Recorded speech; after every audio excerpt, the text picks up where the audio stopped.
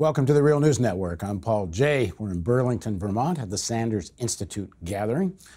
There's a couple of Canadians here, Naomi Klein, and also at the gathering is MP Niki Ashton. She's one of the longest serving members of the New Democratic Party. Niki has been a key member of the NDP caucus, having served as an NDP critic for Aboriginal affairs, status of women, post-secondary education and youth, and is currently the critic for jobs, employment and workforce development, and the deputy critic for reconciliation between Canada and Indigenous peoples. For our American audience, NDP, the New Democratic Party, is the Canadian Social Democratic Party. It's the third party in the system. It's a little different than perhaps some of the social democratic movements in the United States because the NDP has actually taken power in various provinces over the years. But it's kind of controversial. What have they actually done when they had that power? And just what does it mean when you get the kind of social democratic campaigning and then you actually have to govern? And so we're going to talk about that and implications for that in terms of U.S. politics, but also Canada. And now joining us is Niki Ashton. Thanks for joining us. Great to be here. So you made a comment on the panel yesterday where you said, just sort of as an aside, that there's people in Canada who have, campaigned and run from the left, but have done things that sometimes are from the right that even the right might not have been able to do. What were you talking about? Well, I was talking about, first of all, the conversation was in the context of, how do we, Yanis Varoufakis asked me, how do we build the kind of structures we need to achieve justice and dignity for people? And one of the comments I made, beyond sort of, the fact that we need leaders like Bernie Sanders, we need ideas like the ones that he and we in Canada have put forward, is we also need to hold our own movements accountable, our own progressive movements accountable. I have, obviously I'm staunchly supportive of the movement I'm a part of, but I have seen ways in which, whether it's provincial wings of the party or people within my own party, have lost sight of the key principles we have. We've seen examples of when the NDP has won power, it hasn't lived up to its commitments. I mean, in Ontario, that was public auto insurance. In my own Bob Reagan. Yeah, and in my own province, a highly problematic criminal justice agenda, which not unlike some of the things we heard have happened here under Democrats, and we're certainly in disagreement with, for example, the provincial wing. So the federal wing is in disagreement with the provincial wing of the NDP in Alberta around pipelines. So it's so part of the work is out, what are we doing to engage people in our communities and in our country to build a progressive movement, but what also are the conversations we're having as progressives, and the need to really stand up for principle. And that's something I really admire in Bernie Sanders, in a lot of the leaders that have come out here in this weekend, is that they're very clear in their messaging, they're very clear in the principles they stand for, and I think ultimately that brings electoral success. People want that clarity, they want that authenticity, and they want to know that you are going to stick by what you said you stand for. The Canadian system's a little weird. As much as people complain about a two-party system in the United States, the three-party system, which is essentially what it is in Canada, a little bit, there's Bloc Québécois, there's been some Green Party, but it's mostly a three-party system at the national level, has often split the vote on the center and the left vote and allowed the Harper government for years, and the Mulroney, the Conservative government, very right-wing governments. How do you deal with this dynamic of NDP wants to win? On the other hand, sometimes wanting to win has meant Conservatives wind up winning. Well, I would disagree with the premise that somehow we're that the NDP is pulling votes away from a potentially progressive alternative to the Conservatives. Because I think we have seen certainly successive Liberal governments we're living it right now put forward very similar policies as Conservatives, but with a different sort of public relations agenda. So, we have a Prime Minister who is very supportive of pipelines, despite the fact that he says that he cares about climate change. In fact, not only is he very supportive, he's investing $4.5 billion Canadian taxpayers' dollars to purchase, the existing pipeline, the Trans Mountain pipeline, to do that, which is outrageous. His climate change plan is essentially the same as Stephen Harper's plan.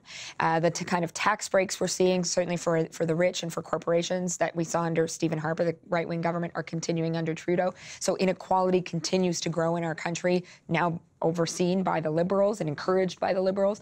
So on a lot of fronts, whether it's climate change or inequality, we're seeing the same kind of politics from Liberal and Conservatives. And it's not surprising. I mean, they have very many of the same friends. But you see no distinction between the Trudeau government and the Harper government?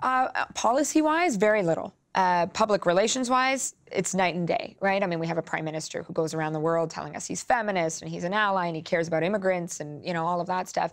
But in fact, on the ground, he's not moving forward on critical legislation on pay equity for women. He's certainly, there's been no actual tangible changes to make our country more open to immigration and refugees. Now they're talking about doing some of that because he has been put on the hot seat, that he's using the rhetoric to distinguish himself from Trump on immigration, but not actually doing anything about it.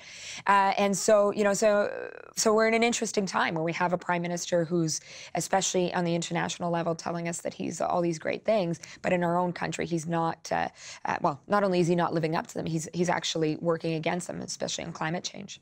A lot of Americans point to the Canadian healthcare model as the model. But you pointed out on the panel that the Canadian model actually is far from what Medicare for all would be. Explain. Yeah, and first of all, and there's no question that, in the stories we even heard this weekend, the situation in the U.S. is heartbreaking when it comes to healthcare.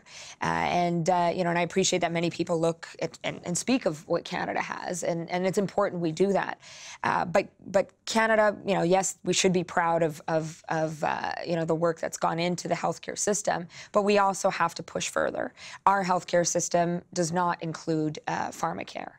So you have Canadians that are paying out-of-pocket money they don't have to afford the drugs they need to just survive.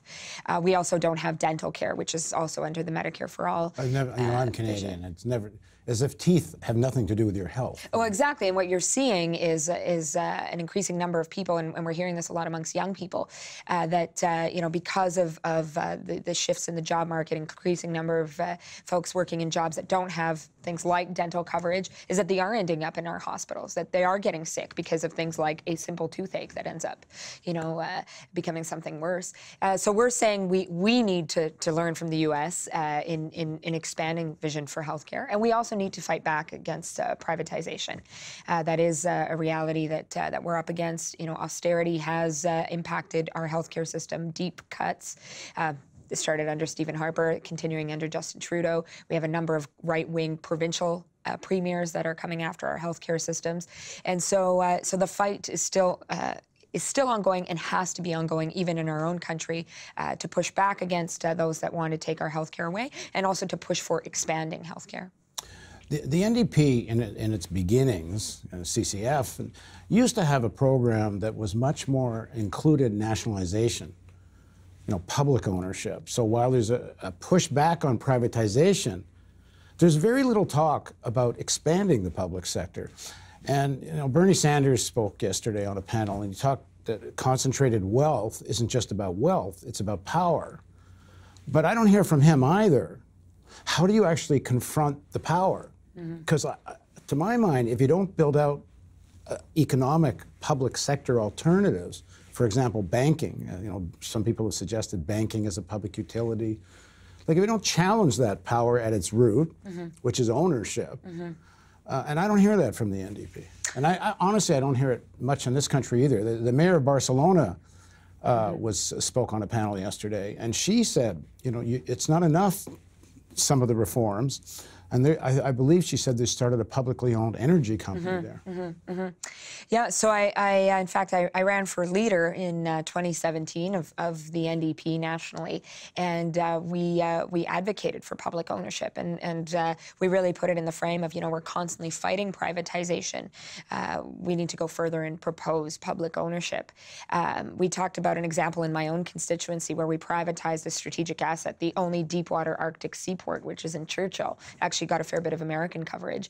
And it was privatized a year ago, put in the hands of an American billionaire who basically ran it into disrepair, put our communities in a very difficult situation, ended up shutting it down, and unemployment, desperation, just an awful, awful situation.